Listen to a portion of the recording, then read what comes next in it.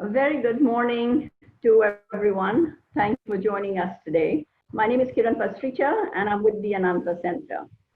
Today we are here to discuss the shape of post-COVID India, Russia, China triangle.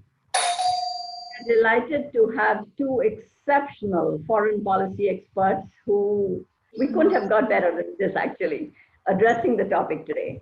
This session will be in the form of a conversation between Ambassador Raghavan and Ambassador Gokhale. Ladies and gentlemen, it gives me great pleasure to introduce to you the two speakers. Ambassador Raghavan is currently the chairman of the National Security Advisory Board, which advises India's National Security Council on security and strategic issues of immediate and long-term relevance. In a diplomatic career spanning over 36 years, Ambassador Raghavan has been Ambassador of India to Russia, Ireland, and the Czech Republic, besides holding other diplomatic posts in South Africa, Vietnam, United Kingdom, Poland, and USSR. You have really seen a lot of the world, sir. Mr. Gokhale was Foreign Secretary till very recently, till January of this year. In a diplomatic career spanning over 40 years, he has served as High Commissioner of India to Malaysia, Ambassador of India to the Federal Republic of Germany, and Ambassador of India to the People's Republic of China. His other diplomatic assignments include postings in Hong Kong, Hanoi, Beijing, and New York, in addition to serving in different positions at the headquarters of the Ministry of External Affairs. Welcome, sir. Great to have you with us. Thank you. We are truly honored to have both of you with us. And for Ambassador Raghavan, you've been with us many times, and we just enjoy every session we have with you. Ambassador Gokhale, your first time with us, and we hope to see you more often again. We will begin the session with a 40-minute conversation. The conversation will be followed by a Q&A. Some minor instructions for the audience. Please send in your questions throughout. Don't wait till the end, because that way we are able to compile and the two speakers can see the questions and prepare to answer them, and it just goes faster. If you're watching on Zoom, please use the Q&A sort of button at the bottom of the screen. And if you're on Facebook, please write your questions in the comments section. Ambassador Raghavan, may I request you to please start the proceedings. Thank you, and look forward to a great conversation. Bye. Good morning, and thank you very much for that introduction. Let me start by congratulating Ananta for organizing this very interesting and very timely session at a time when we have, shall we say, difficulties with China across our line of actual control. And we've just had an RIC meeting, Russia, India, China meeting, I think 23rd of June.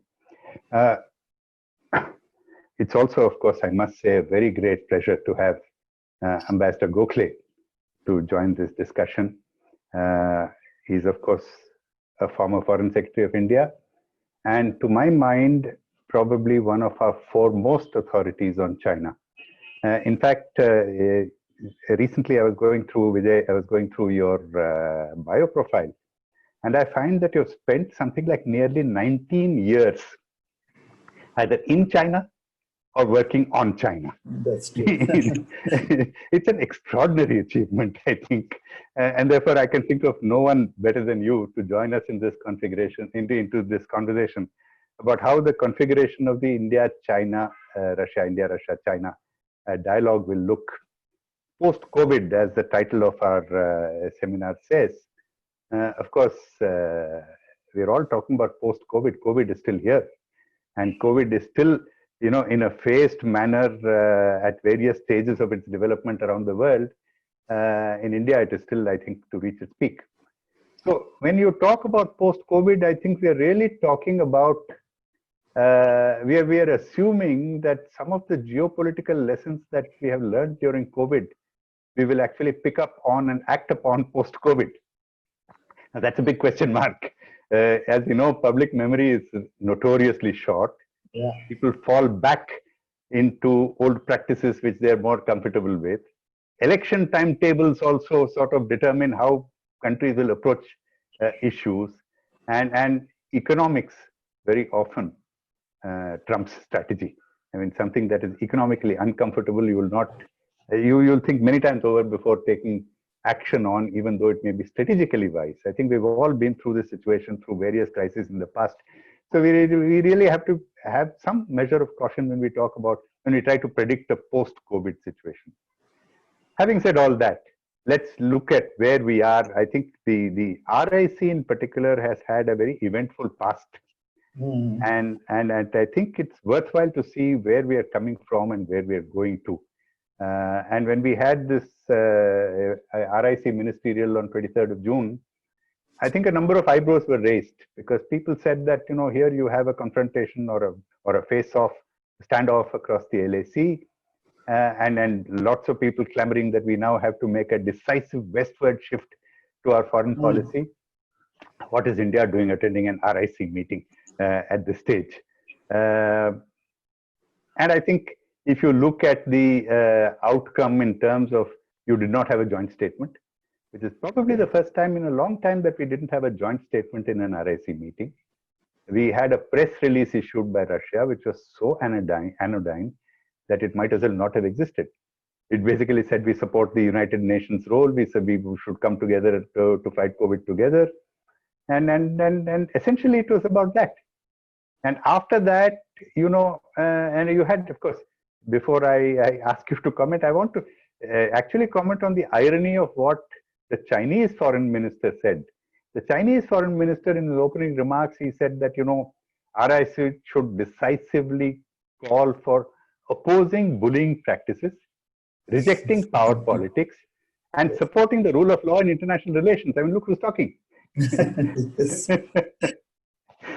A delicious irony in that. Anyway, so you know, when people say that, when Lavrov, Foreign Minister Lavrov said at the end of the meeting that the meeting clearly showed that the RIC have overlapping or similar approaches to key international issues. It was not in evidence at this meeting, at least. So, Vijay, I'd like to call upon you to comment on this and say, firstly, why did we go ahead with the meeting at this stage? What did the three actors get out of this meeting? What did China get out of this meeting? What did Russia get out of the meeting? So I'd like you to take on from here and let's set the ball rolling on these issues. Thank you, Raghavan. Thank you very much. And I also want to thank Ananta Center for inviting me. Raghavan, here's how I look at it. China and Russia are major countries. By we, I mean India, we are also an aspirant to that club. We profess multipolarity and multilateralism.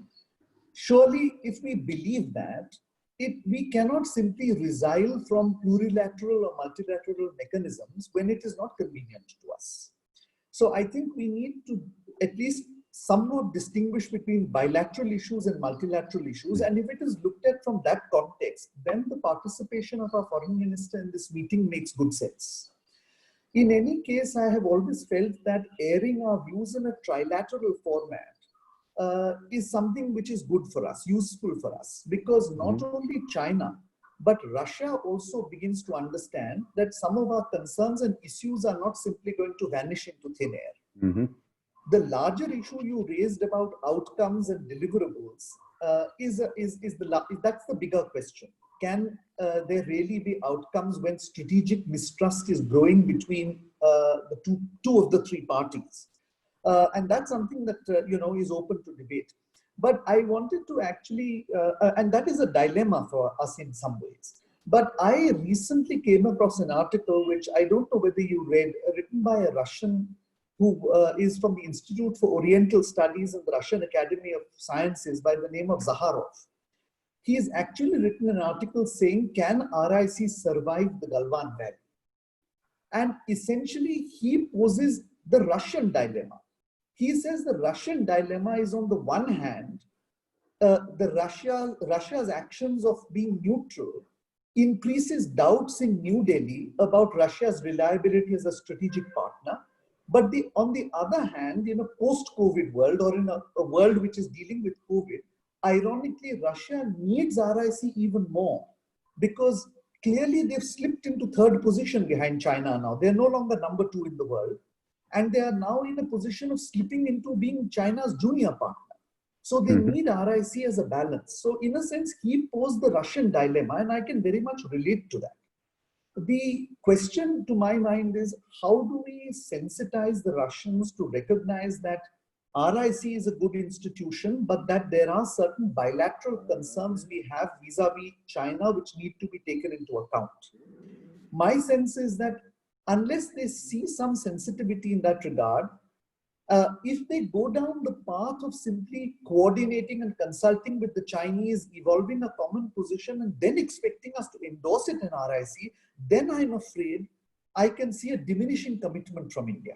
So I think actually this is a very good RIC meeting that took place, because in a sense, even if you see Foreign Minister Jaishankar's comments, it was an inflection point.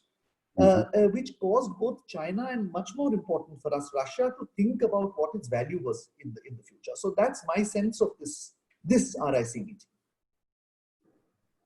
Of course, the point that you make about Russia falling behind and becoming a junior partner of China, actually that has been a worry of Russia, I think, from the beginning of the RIC institution.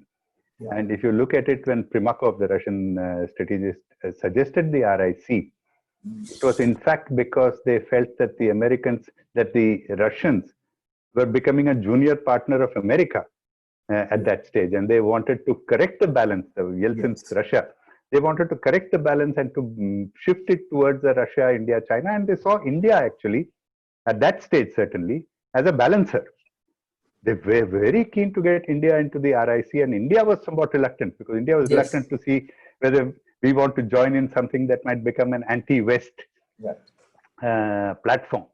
And we wanted to hold the line a little bit, which eventually happened, because as it turned out at that stage, I mean, I don't know how true it is today. At that stage, certainly Russia, India, and China, all three countries did not want to be anti-West. They wanted to take positions that were different from the West, but each of them considered the relations with the US in particular as an important prop in their global ambitions. Yes. And that is, see, that is something that over a period of time may have changed. And that is what maybe you'd like to sort of reflect a little bit also on the way in which our bilateral relations. You see, once again, when you're talking about the period from the early 2000s, our relations with China, I think, were better at that stage than they have been at any time before or after. We had this agreement on the special representatives. We even had an agreement on the political parameters that would settle the boundary issue. Of course, it's not worth the paper it's written on now. But that was a stage when we had excellent relations with China. Russia, of course, had, with President Putin, it had built up. And with the US, we were on our way to developing this wonderful strategic partnership. Yes. So it was a particular stage. Now, after that, I think relations with China definitely have gone downhill. Relations with Russia have diluted to a certain extent, because you do not have the total one-to-one congruence that you had earlier. So would you like to reflect on how the change in India-China dynamics, and inevitably then we have to talk about Russia-China, about where Russia-China has gone over this period of time. How do you see that as impacting on RIC, and where both in coming up to here and in the future? So I completely share your view that the dynamics of India-China relations in 2000 were fundamentally different from today. The gap economically and militarily was much less. And as you very correctly pointed out, each of us had a stake in improving relations with the United States. Today, of course, the gap is a factor of 5. China is a factor of 5 in terms of both the economy and the military. But more importantly, it is the world's largest trading nation, arguably the largest outbound investor, and almost certainly in international public opinion, the number 2 country in the world now. So to my mind, and I think this has been evident for quite a few years now, the modus vivendi that was worked out during Prime Minister Rajiv Gandhi's visit to Beijing in 1988 was fraying at the edges. And I, at least for one, believe that the way in which the Chinese used military force in Galwan has delivered a coup de grace to the modus vivendi. So I see no other option but a fundamental reworking of the India-China relationship and of our China policy. It's not a question of if. I believe it's a question of when, and I hope it is sooner rather than later. But once that happens, of course, it will have an impact on RIC, not just on RIC, on BRICS, on SCO, on any other multilateral or plurilateral mechanism where, which is a restricted one in which India and China are both partners. So it will have that impact. On Russia, of course, I mean, I would really like to hear your views of how India-Russia relations have evolved, but I just want to make one comment because I read a very interesting article by Sumit Ganguly in Foreign Policy this month. Yes, He puts the argument, one I don't agree with, that Indo-Soviet relations had three pillars: political reliability, cost-effective weaponry, and suspicions about China, shared suspicions. And all those three pillars have either wholly or partially gone. Therefore, it is time to ditch Russia. Now, I am, my knowledge of India-Russia relations is not very good, but my sense is, and this is where I would really like you to comment, I don't think that the glue between India and Russia is China. That may be part of it, but I think it's a broader relationship. And this is something I really think you should comment on because Sumit Ganguly's article gives a very one-sided picture. Yeah, well, I'm glad you asked, you raised this issue. I'll talk about India, Russia, and then we can come back to Russia, China, which I think is a very critical component of the RIC. Look, my view is very simple. Anybody who says that we should ditch Russia and move west needs to look at the world map. I think geography is one of the most important determinants of foreign policy. It is the one half of geopolitics. People seem to think geopolitics, they forget that geography is a part of geopolitics. Now you look at this Eurasian landmass above us.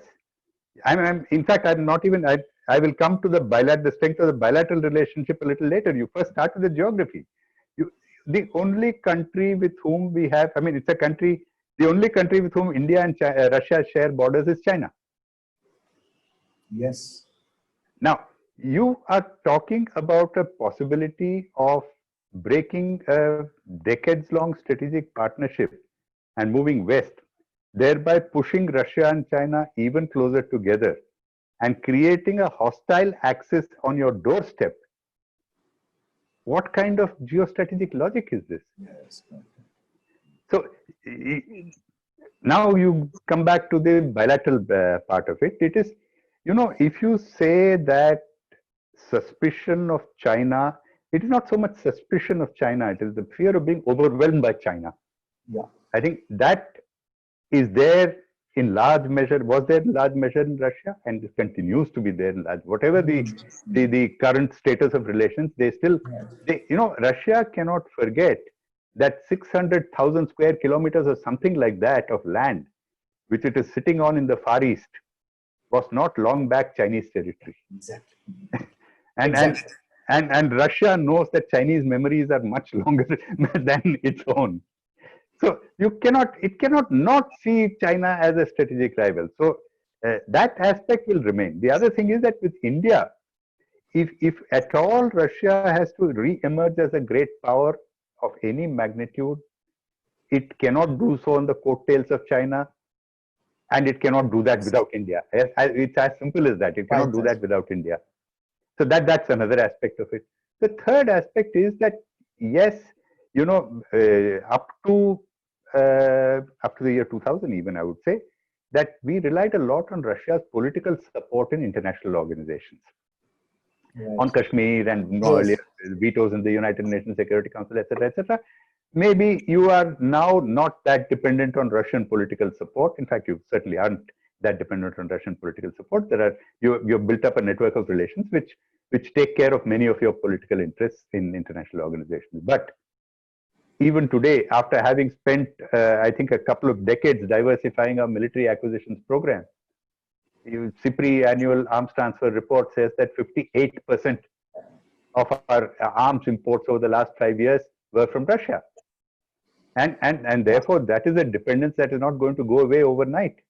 And you don't change military equipment partners for defense partners like you change soap or shampoo.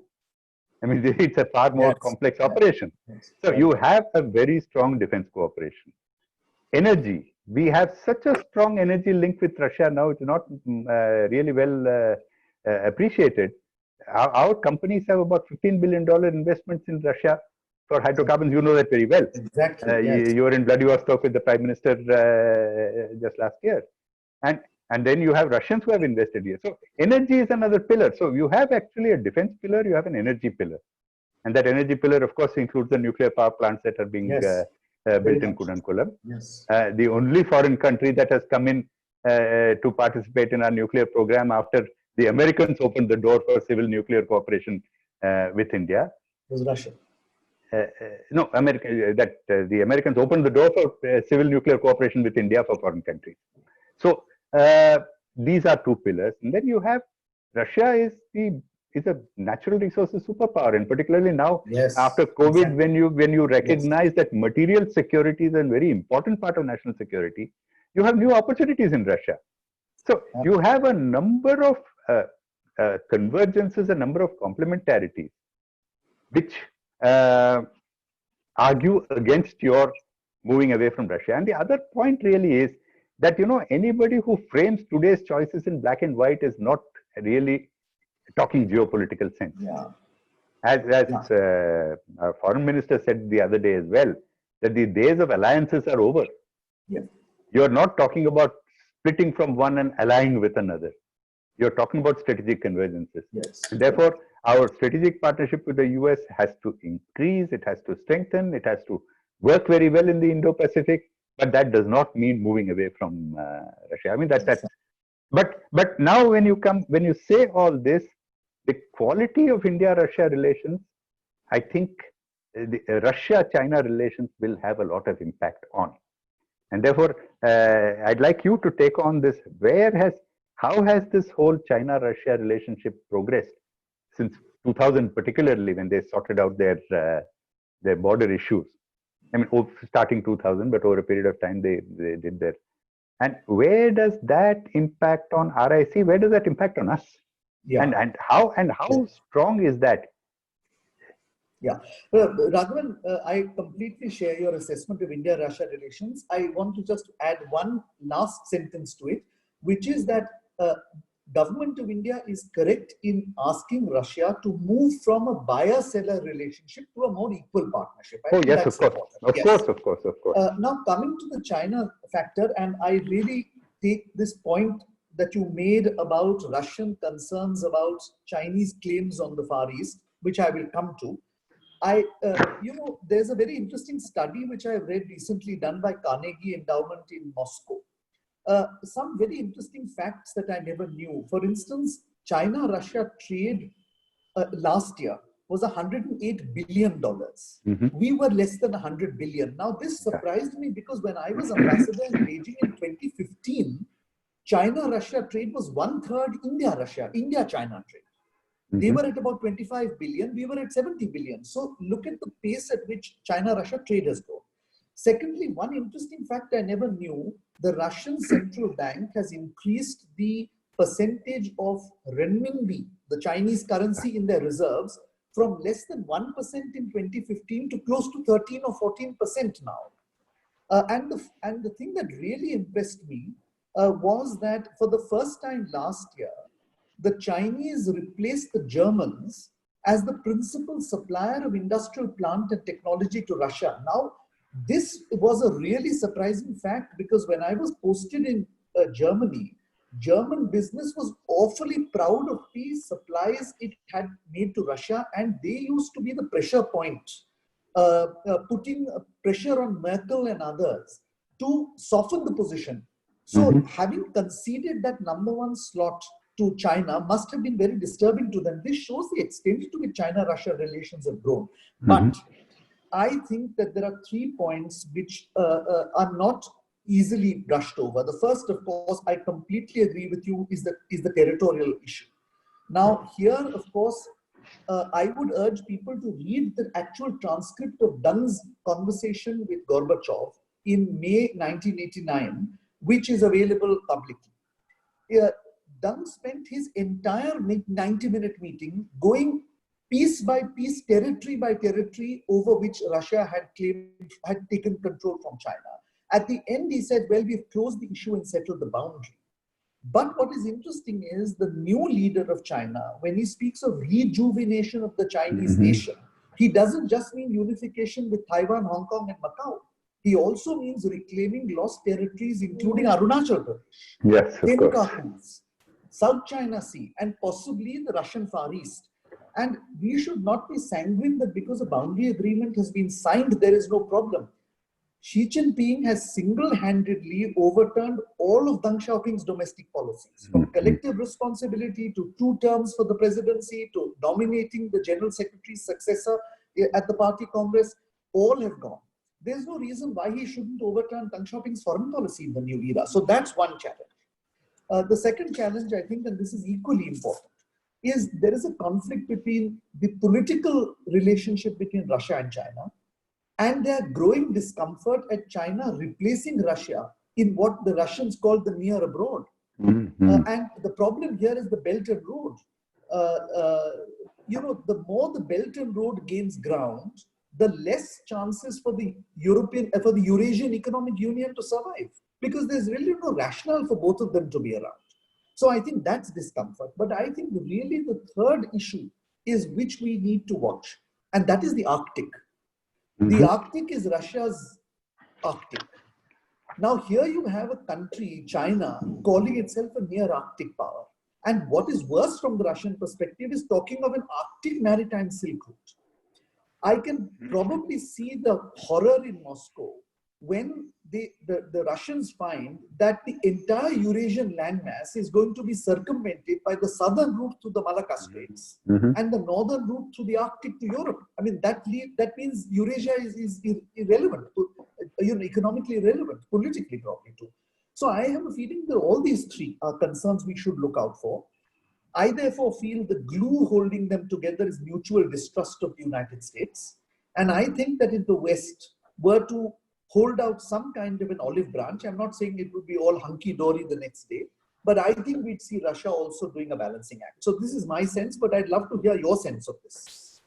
No, I fully agree with you. In fact, about the Arctic, the Russian representative at the Arctic Council recently said quite publicly that he agrees with the US Secretary of State in the view that there are Arctic states and non-Arctic states, Right. and that there is no such thing as a near Arctic. Near Arctic, yes. Yes, he said it in explicit terms.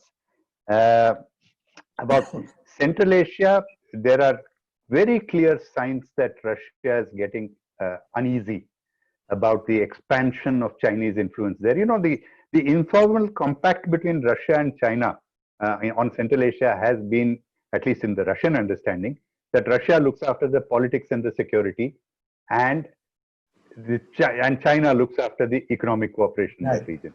Now that informal compact is breaking down. It is fraying at the edges. You can see that as Chinese influence in and arms sales in Central Asia increases, and particularly, and that should be an area of great concern for us, in Tajikistan. Yes. Particularly the country closest to us geographically, Chinese influence is increasing a lot.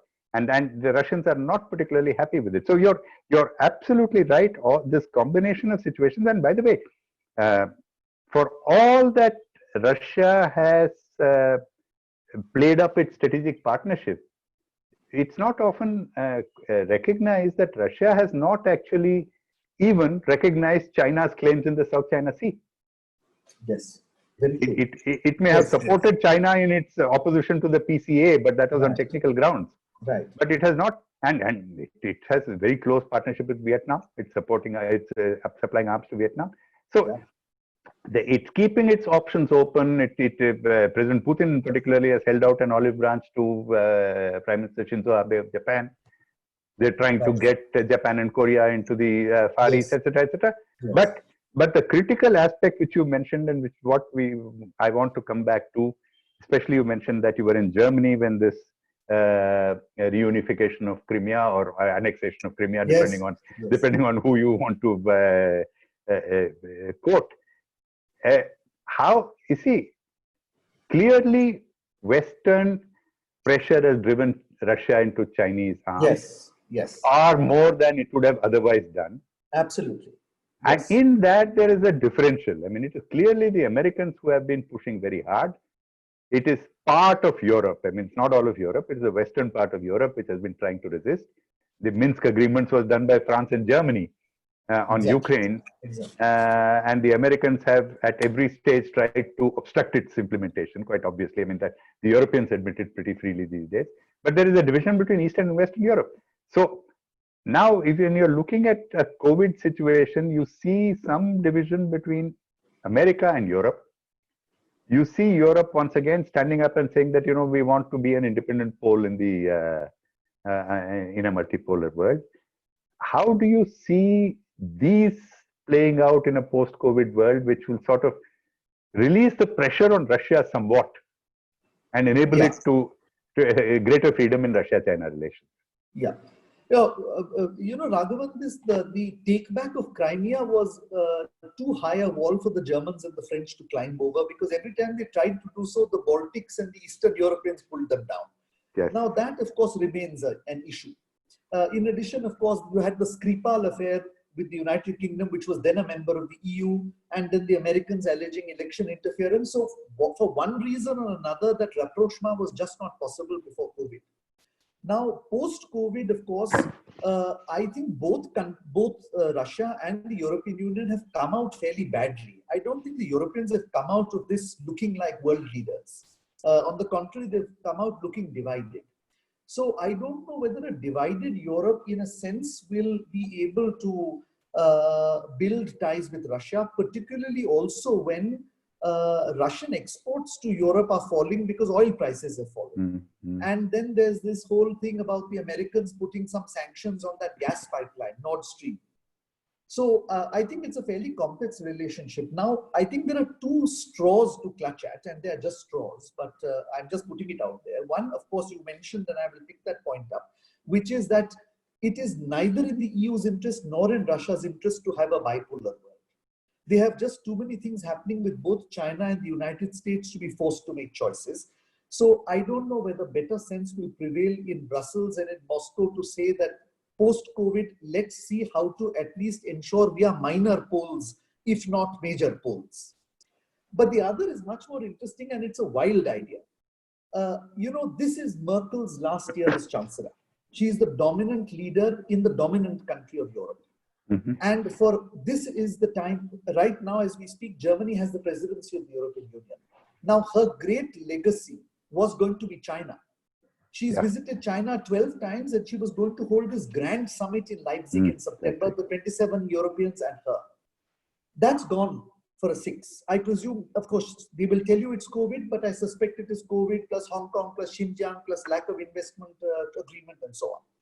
Now, Merkel has always been conflicted over Russia. She speaks Russian. She was part of the Russian East European thing.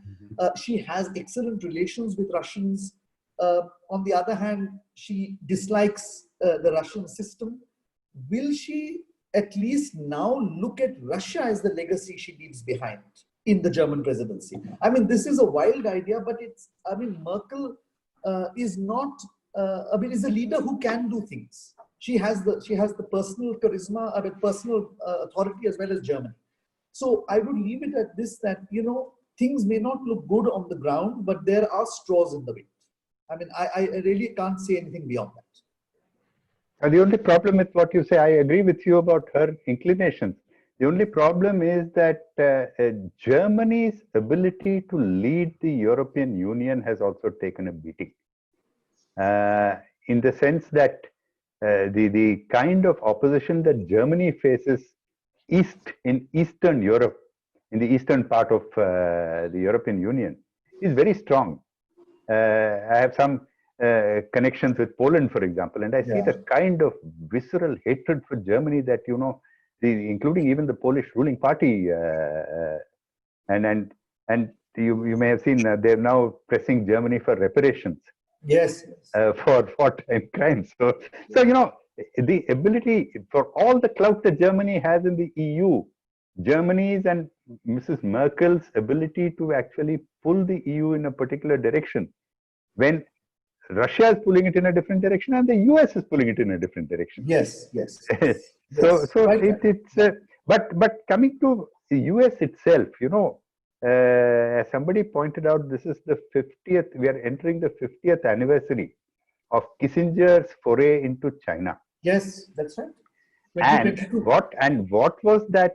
The whole idea of Kissinger's foray into China was to secure, let us say, Chinese neutrality in the US war against the Soviet Union. Soviet Union, yes, absolutely. So geopolitics dictates that you sort of ally or at least neutralize the lesser rival in order to deal with a bigger rival. So the time may have come for a reverse Kissinger moment, in the sense that Right. America today, a much weakened America, can it take on both China and Russia together? Yeah. And if it cannot take on Russia and China together, it should be very clear that its priority should be China, which is a Correct. far greater rival today. Far greater, yes. And that should dictate a certain level of accommodation with Russia, meaning taking the foot off the gas, as it were, Yeah. in order to be able to deal with China. Now, whether this is part of the US thinking is not very clear. Somebody posed this question to Secretary Pompeo just a few days ago, and he dodged the question. But the question, of course, is also whether it is for Secretary Pompeo and President Trump to decide, or the next US administration to decide. But there is some uncertainty there. And I think that eventually, if you do not have the US trying to decide who its greater rival is, and dealing with the greater rival instead of trying to take on the whole world, and certainly trying to take on Russia and China, I think we're not going to make progress in this area. True. Absolutely. Yes. So eventually, if you say the Russia, India, China triangle would also depend on the shape of the US, Russia, China triangle. Absolutely. Absolutely. Yes. Yes. And there again, when you talk about Russia, China, a person whom both of us know reasonably well, Fu Ying, who was head of the Asia desk. Yes. She wrote a very interesting article in Foreign Affairs 3 years ago about Russia, China, US relations, where she said that, it's an isosceles, it's a scalene triangle, where the distance between Russia and China is the least. The distance between Russia and the US is the maximum, and China is somewhere in between. And that is the shape that China would like most of all. Yes, of course. It gives it the maximum leeway. Now, anything that changes that can change Chinese behavior. Yes. But there, Fu Ying was also very keen to mention in that article that we are not allies. We are close partners, but we are not allies. Not allies. China doesn't want to be seen as an ally of Russia. Yeah. Which is good for us, actually, in many ways. Yes. Absolutely. So if you want to shift a little bit more now, okay. One last point about the RIC before we go on to the Indo-Pacific, which I think we should talk about. Yes. Now, the RIC dialogue itself, the ministerial, from 2005 we've had this ministerial institutionalized. We've had it year after year, every year. We've not taken a break. So our having this meeting now should be seen also in that context. Yes, that's we've never missed a meeting. Yes. But increasingly, and certainly during the times that I was involved in the negotiation of that, and I'm sure you have been involved much more, you mentioned it briefly in passing, it's becoming a Russia-China document to which India affixes its signature. Yes. That is a worry. And that's something that we should not accept. Absolutely. I mean, this time we did not accept a joint statement, which is a good thing.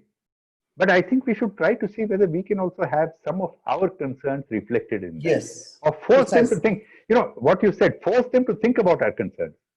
Yes. And press on them that, look, if we are promoting some of your concerns there, which of course we agree with, we need some of our concerns also incorporated into that. And that is, I think, and the other point about the Russia, India, China, why we need to sort of keep engaging is Central Asia, of course, which again we've mentioned in passing. Yes. I mean, we cannot let Russia and China have a duopoly over Central Asia. It's a very important, and this is something I think in our country it is not often recognized, the importance of Central Asia to us. And you have just a sliver of land separating Tajikistan from Pakistan occupied Kashmir. Exactly. Yes. So whatever we can do, and that is where this North-South transport corridor, which gives us a link to Central Asia, which gives Central Asia an outlet to the sea, independent of Russia and independent of China, is important. Would you like to say something about where we are on the North-South transport corridor, and how do you think we can see? If you look at it in strategic terms, once again, the Americans should actually be interested in developing it. Yes, exactly. The Yes. Americans want a route to Afghanistan that bypasses Pakistan. Yes. They want a route to Central Asia that bypasses Russia. So whatever their quarrels with the present Iranian administration, in the long term, it is in American strategic interest as well to have this North-South corridor going. So where do you think we can go on this? So this is precisely the question that is, bothered us for the last few years. The Chabahar port has been done after a lot of struggle, started shipping stuff. The Chabahar-Zahedan line was supposed to be built by us on the basis of a loan. Yeah. And then out of the blue, Trump brought back sanctions. Mm-hmm. Now, the thing is, I think the right hand doesn't know what the left hand is doing in Washington, because the left hand says, look, we have kept Afghanistan out of the sanctions. And the Chabahar-Zahedan line was also meant to service Afghanistan, take the stuff from Chabahar port by rail instead of by road. But of course, the right-hand side says Iran has to be squeezed. So as a result, we've got squeezed. And although I don't know the full contours of the deal that China and Russia and Iran have done now, as we've all read in the papers, that may have an impact. Now, I don't know how happy the Russians would be there, because then that brings China not only into Afghanistan, but into Iran and the Indian Ocean. And it affects the North-South corridor. Technically, the corridor may become feasible because it's Chinese money rather than Indian money. But I think the Russians are worried about Chinese control. So it's something we should definitely keep an eye on.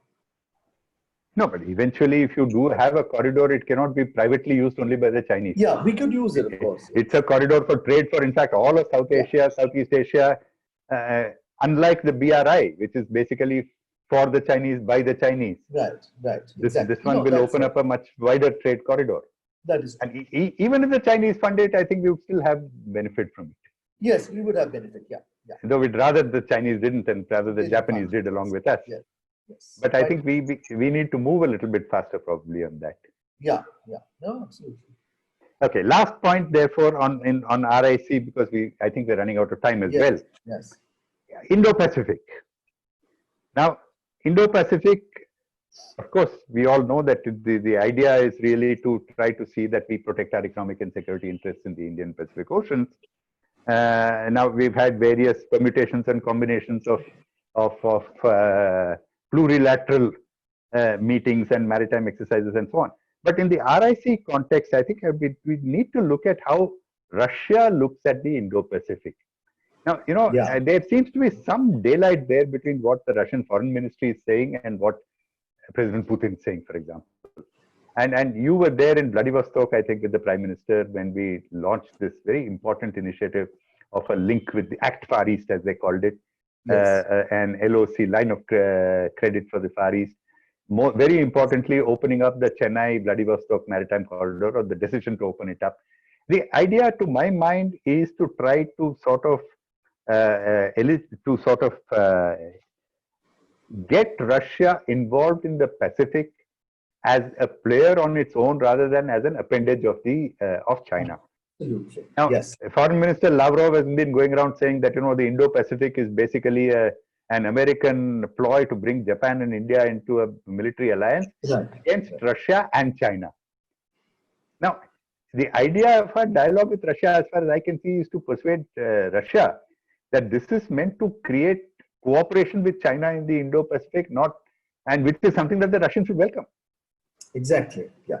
So where do you think this is going? I think that they are buying into the Chinese thinking about so-called containment by the United States, not out of any great concern for China's security, but out of concern for their security.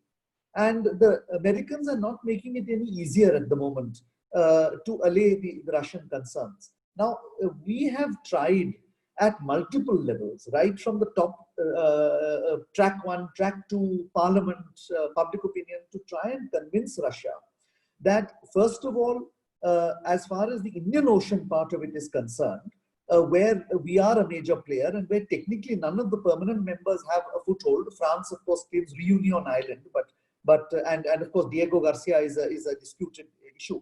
But there, we and Russia share common interest. Secondly, the increased demand for resources for anybody not dependent on wanting to be dependent on China will come out of the Russian Far East. It can only be shipped by sea. It can't be shipped over land. So these are convincing arguments, but somehow we still need to work with the Russians. We need to talk to them. We need to explain the benefits to them. And that, I think you're right, we haven't been able to do enough as yet. But I think that's an area where I don't think they're with the Chinese because of China's national security concerns at all. No, they shouldn't be. In fact, once again, where President Putin talks about greater Eurasia, what he's talking about is the role of Russia in bringing China into a cooperative arrangement in Eurasia. Absolutely right. So that actually ties in wonderfully with our Indo-Pacific. But as you say, we have not yet succeeded in convincing the Russian establishment at all levels. Yes. Because I see there a distinction between that foreign ministry and something that President Putin says from time to time. So we need to work on that, and that's important for us. It is important for us. It is important for RIC, and it's important for eventually the success of the Indo-Pacific enterprise, whatever that is, because it's very loosely defined as it is today. So essentially, therefore, if you take all these elements together, you have the Russia-India-China engagement is complex, but it has a number of moving parts which need to be handled carefully.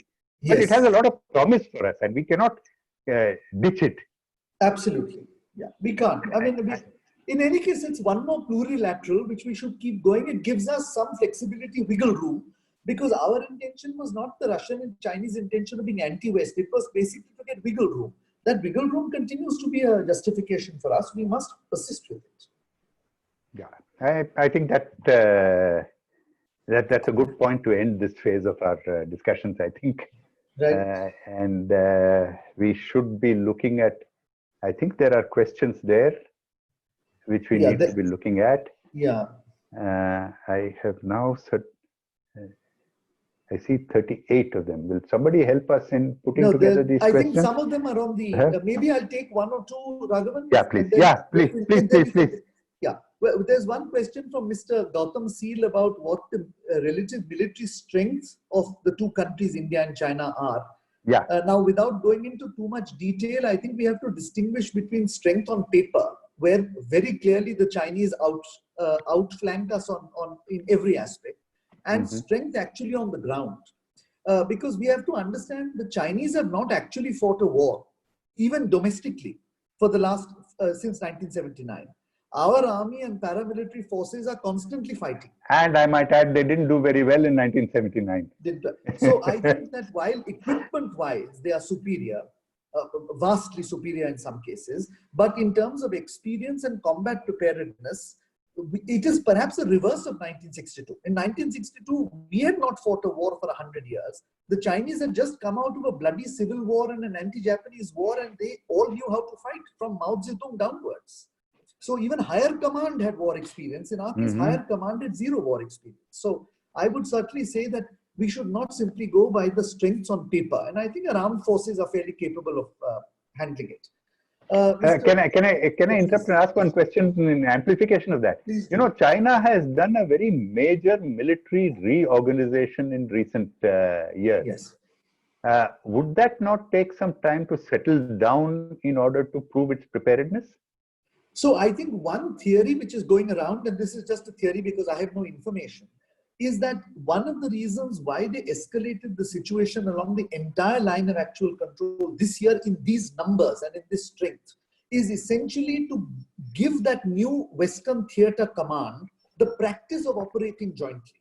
So this was, you activated the entire front, as it were, for the first time in real combat conditions. But this is just a theory. I mean, I don't have any proof. One more question which Mr. Vincent Pala asked about whether it is sustainable for India to boycott Chinese products. I think here we have to be a little realistic. There is no gainsaying that we must reduce dependency on China. We are over dependent in terms of intermediate goods, capital goods and resources.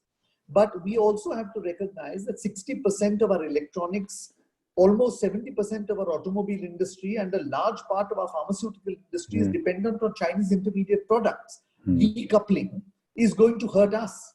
And I think one of the most unwise things we did was holding up Chinese goods in Indian ports. Indian manufacturers are already paid for it. Indian factories are waiting for it. So we penalized our own people.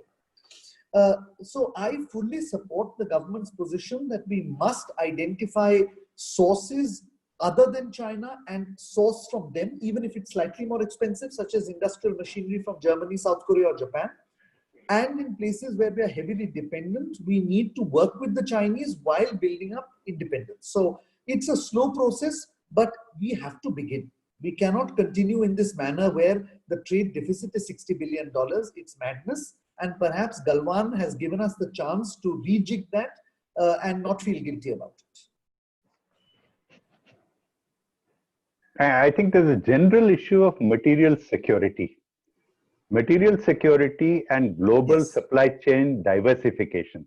And it doesn't have to be anti-China. It is something that we need to do, and it's something that we needed to have done in the last 20 years. Yeah.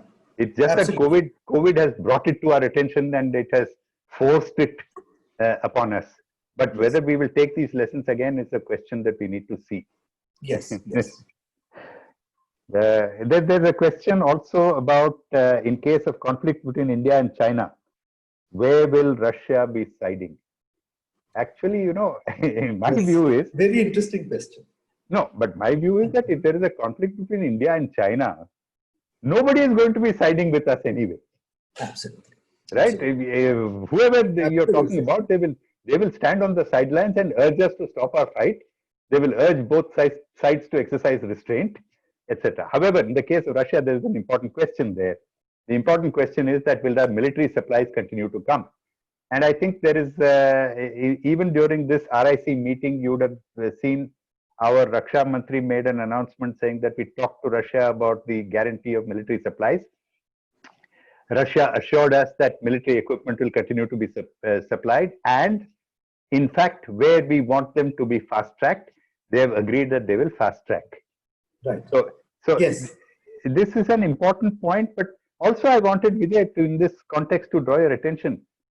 For the first time in I think, during this time, there was an article, there was an editorial in the People's Daily, apparently, in Russian, saying that, look, at this sensitive time in the relations with India, Russia should suspend military supplies to India, because it is a standoff between two of Russia's strategic partners, and therefore Russia should stand aside.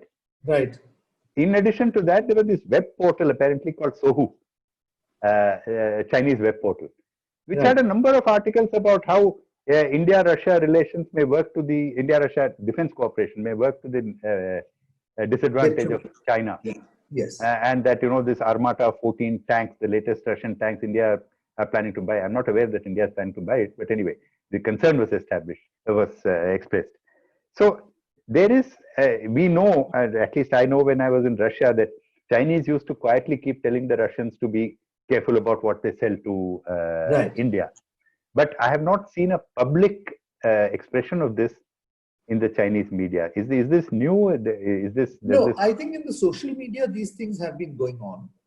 I think that the Russians also deliberately sent a signal to the Chinese in terms of the manner in which they treated our defense minister and made promises of support. On the other hand, of course, you know, a very distinguished member of parliament came on television and said that, look, there was an attempt by Russia either to mislead or misinform us that nothing was going to happen when the Chinese actually did something about it. So it's very difficult to know where the Russian, sympathies lie in this. I think basically, as you correctly said, they will stand on the sidelines and tell us to stop squabbling. I don't think that they are going to intervene. But I do think, on the other hand, that it is in their interest, and they understand it is in their interest, not to simply become dependent on one country. And to that extent, as you said, we are the essential country for them to play a role in the world. We have no axe to grind with them. No, So- and today their military cooperation with India in terms of defense sales to India Yeah. is much higher than it is to China. I Yeah, mean, but so there in was fact, somebody asked a question as to whether the Russians are delaying the S-400 sale. Do you have any view on that? I mean, I don't have any view on that. But do you No. have any view? no. Look, I think the question is, are they delaying the S-400 sales to China? So China, oh, I see, right. Yes, yes. But the point is that China has already taken delivery of S-400. Exactly, yes. They already have. Yes. What the Russians have now, according to media reports, have promised to do is to fast-track supply of S-400s to India. But you know, these numbers and these designations are quite misleading. If you know Russian equipment, you know, S-400 itself comes in a whole range of capacities and Yes, and capability generation. yes. So, Exactly. so what, in fact, you know, this is a point I wanted to make. In the Indian media and academia, there's a lot of noise which comes up about Russian arms sales to Pakistan. What we should really be concerned about is Russian arms sales to China, just like Yes, China is quite concerned right. about. Yeah. And we Yes. need to always keep track of the quality, the capacity, the capability of equipment that is being supplied to China. Of course, unlike us, China only imports the top military technologies. Yes. Over the last 10 years, it has acquired considerable amount of self-sufficiency in other levels of military technologies, whether it's by stealing or borrowing or reverse engineering or whatever it is. Yeah. So we need to really, this is an aspect of India-Russia dialogue that has to be constant to make sure that, to be clear about what is being supplied to China and that it does not disadvantage us. Absolutely. But so far, there is no evidence that we are not getting the best from Russia and that we're not getting it as per schedule. As you said, this buyer-seller relationship does need to be corrected. Yes. Russia understands that, but there are these bureaucratic levels where I think we still need to sort this out. But without that, you know, our defense cooperation with Russia will suffer very greatly as well. Yeah. But Russia understands that, and we need to act on that. Absolutely, yes. I see that our colleague Pinak Ranjan Chakravarti has asked a question. Yes. You know, I wanted to just, in one line, pose a question back to Pinak, and that is the question of how does China look at the world? In other words, has China given up its multipolar project and is now looking at a unipolar world, or as the senior partner in a bipolar world? Essentially, the way China looks at the world post-COVID will determine the future of RIC as well.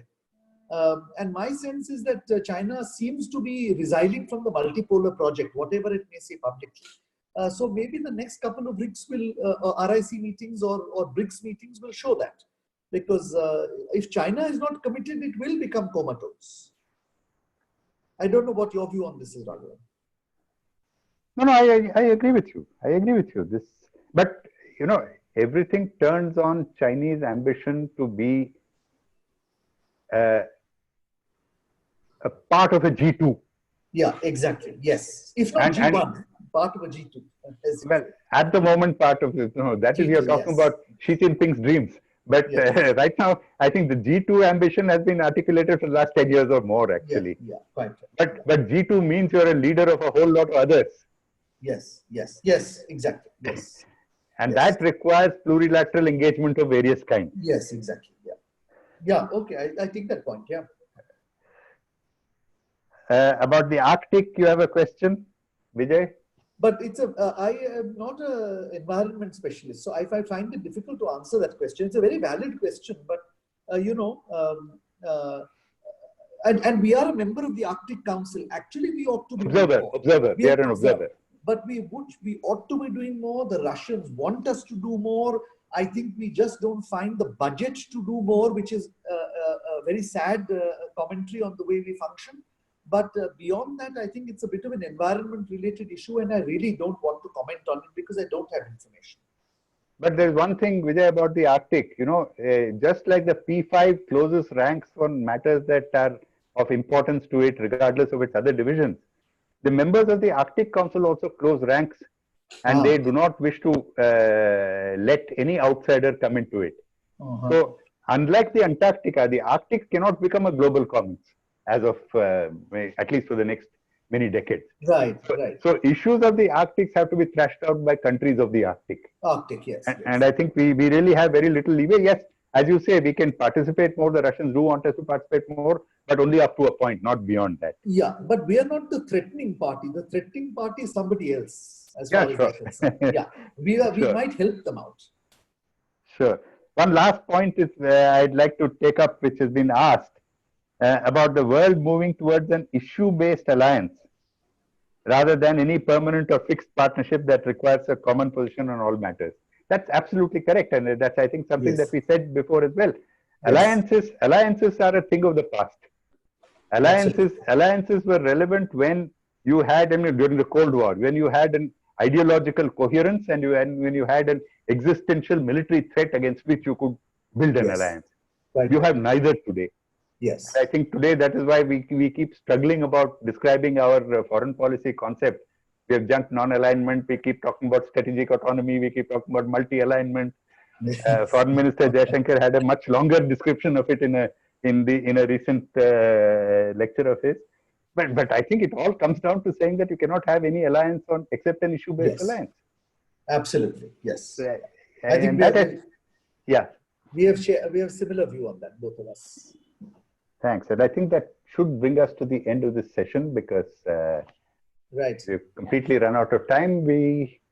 Are we expecting somebody from Ananta to apply a closure to our I think conversation? Kiran was to come back. Ah, there she is. Yes. I am very much back. And, Yes. Welcome back. Welcome back. Thank you so much. I am so glad I could listen to this absolutely amazing and high quality conversation. This was just such a wonderful experience and such a learning, actually, a great learning for me personally. And I'm sure for the large audience that has been listening in. And I can understand the questions, they're just pouring in. And I'm sorry, and I have to apologize to the audience that we haven't been able to answer so many of your questions. But a good conversation, therefore, there's an expectation that you have answers to everything. That's the problem when you have such wonderful experts there. A very topical subject and a great learning for all of us. I am not going to try to summarize anything that the two of you have said because it's been so brilliant. All I want to say is a big, big thank you to both of you for this Thank you. absolutely outstanding session. Look Thank forward you very much. to you again. Thank you. Thank you, Kiran. Thank you. Thank Thank you, you so Raghavan. Thank you. Thanks. Thanks, Vijay. Thanks.